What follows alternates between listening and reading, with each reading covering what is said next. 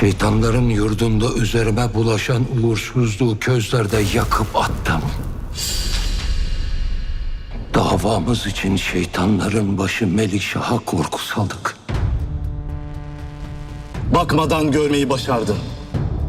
Davamızın en mühim mertebelerinden birini aştın. Bu aleme senin kudretinle hükmetme vakti geldi. Emir buyurun. Kanım damla damla akarak ben de fedailerimiz gibi şehit olayım.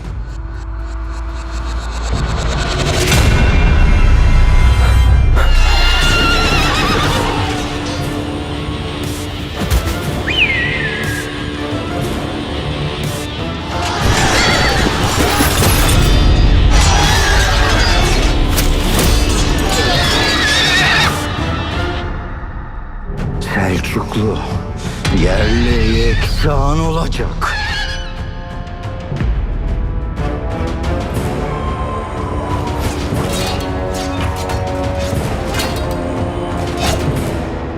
Helak olmuş yurtların üstüne Fatimi'nin şanlı sancağı yükselecek.